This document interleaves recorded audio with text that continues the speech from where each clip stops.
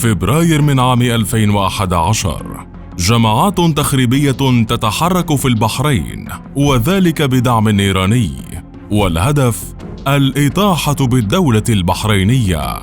أيام ولم تتراجع تلك الجماعات عن أعمالها، ليأتي القرار الحازم من دول الخليج. قوات سعودية وإماراتية تدخل البحرين لتقضي على أوكار أتباع إيران وتحبط عمليتهم قبل أن تكتمل، وكل هذا بتوقيع قوات درع الجزيرة. دفاع مشترك. بداية فكرة إنشاء قوات درع الجزيرة بدأت مع أواخر ثمانينيات القرن الماضي، حيث شهدت المنطقة سقوط حكم الشاه في إيران، ووصل الخميني لقيادة البلاد فيما أسماها الثورة الإسلامية. لحق ذلك اندلاع الحرب الإيرانية العراقية، الأمر الذي دعا دول الخليج لوضع خطة محكمة لمواجهة أي تصعيد من إيران، التي باتت مطامعها واضحة منذ اليوم الأول لتصدير ثورتها الشيعية لكل دول المنطقة. ومن خلال قبة مجلس التعاون الخليجي بدأت فكرة إنشاء قوات درع الجزيرة، فقد أسس مجلس التعاون في العام 1981، ومنذ التأسيس الأول اتفقت الدول الأعضاء على اتفاقات عسكرية عدة. فقد شهد ذات العام أول اجتماع لرؤساء أركان القوات المسلحة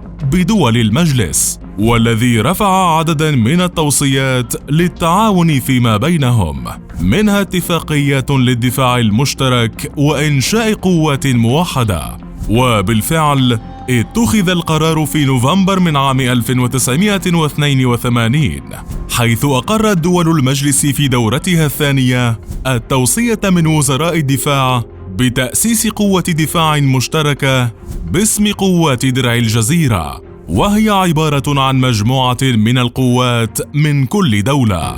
وكانت البداية تنص على تنفيذ تدريبات وتمارين مشتركة، وذلك بشكل دوري بين كل القوات المسلحة الخليجية. ونفذ أول تمرين للقوات في الإمارات العربية المتحدة عام 1983. استمر التعاون على ما هو عليه لسنوات، مع تكثيف التدريبات والتمارين فيما بينهم حتى العام 1986، حيث تم إنشاء مقر مركزي للقوات بقوام 5000 جندي، وذلك في مدينة الملك خالد العسكرية بمحافظة حفر الباطن قرب الحدود مع الكويت والعراق. لكن القوات مرت بفترات عصيبة فيها أدت لتفككها في بعض الأوقات وإعادة تموضعها في أوقات أخرى. تحديات صعبة.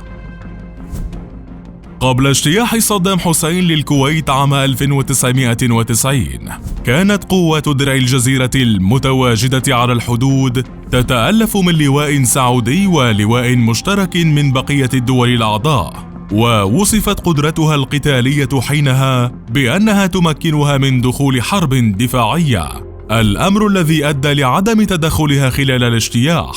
فقد اجتاح الجيش العراقي الكويت ب7 فرق عسكرية من الحرس الجمهوري، تلاها عشرات الفرق العسكرية من الجيش، ما أجبر القوات الخليجية على عدم التدخل، خصوصاً أن الاجتياح لم يستغرق الكثير من الوقت، وكانت القوات الخليجية تفتقد للسلاح الجوي لتمتنع عن التدخل رغم المطالبات الكويتية.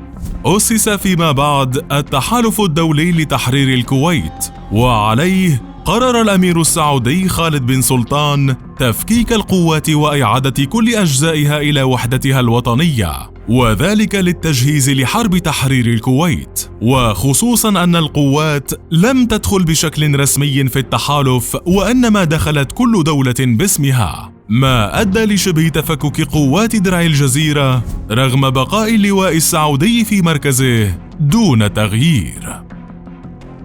العودة للحياة.